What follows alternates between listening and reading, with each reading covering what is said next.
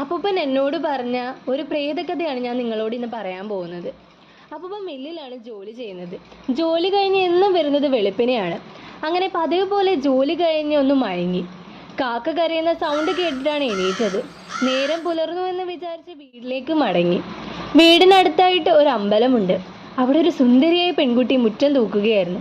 അപ്പൂപ്പൻ അവളെ നോക്കി ചോദിച്ചു, അച്ഛോ, നേരം വെളുത്ത് വരുന്നല്ലേ ഉള്ളൂ കുട്ടി, അതിനു മുന്നേ നീ എന്താ കൊച്ചെ മുറ്റം തൂക്കുന്നത്? നിന്റെ വീടെവിടാ? ഞാൻ നിന്നെ അങ്ങോട്ട് കൊണ്ടുവിടാം. അവൾ ഒന്നും മിണ്ടിയില്ല. അവൾ അവിടെ നിന്ന് ഇറങ്ങി അടുത്തുള്ള ഒരു പാലച്ചോടിലേക്ക് പോയി. അപ്പൂപ്പൻ വിചാരിച്ചു അവൾ ഉടൻ തന്നെ വരുമെന്ന്.